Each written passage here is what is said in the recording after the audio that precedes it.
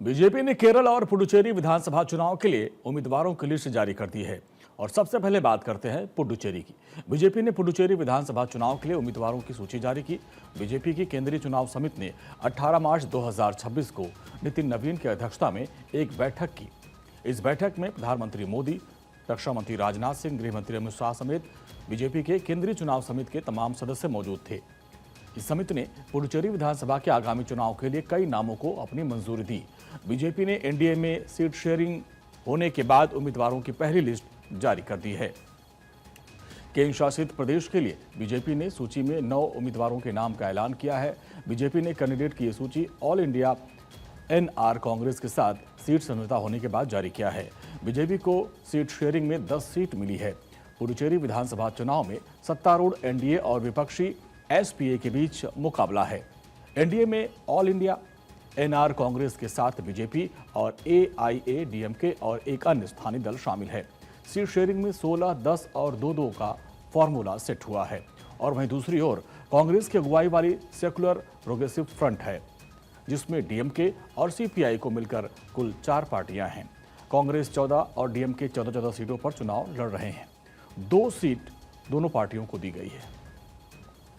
पुडुचेरी में नामांकन की प्रक्रिया शुरू हो चुकी है। 23 मार्च को नामांकन की आखिरी तारीख है।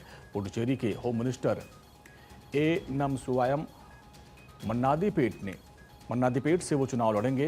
पुडुचेरी विधानसभा में कुल सीटों की संख्या 30 है। अभी पुडुचेरी में एनडीए सत्तारूढ़ है और बीजेपी ने अपने उम्मीदवारों की ये सूची ऑल इंडिया एनआर कांग्रेस के साथ सीट समझौता होने के बाद जारी की है। केरल विधानसभा की बात करें तो चुनाव के लिए बीजेपी ने अपने उम्मीदवारों की तीसरी लिस्ट जारी कर दी है। इस लिस्ट में 11 उम्मीदवारों के नाम शामिल हैं। केंद्रीय चुनाव समिति ने इन नामों को अंतिम मोहर दी है।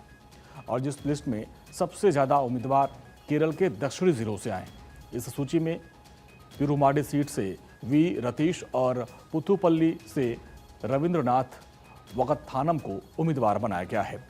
इस तीसरी लिस्ट के बाद केरल ने बीजेपी ने अब तक अपने 97 उम्मीदवार मैदान में उतार दिए हैं। बीजेपी लगभग 100 सीटों पर यहां चुनाव लड़ने की योजना तैयार की है, जबकि एनडीए के सहयोगी बीडीजेएस और 2020 बाकी 40 सीटों पर चुनाव लड़ेंगे। केरल में 9 अप्रैल को मतदान होगा।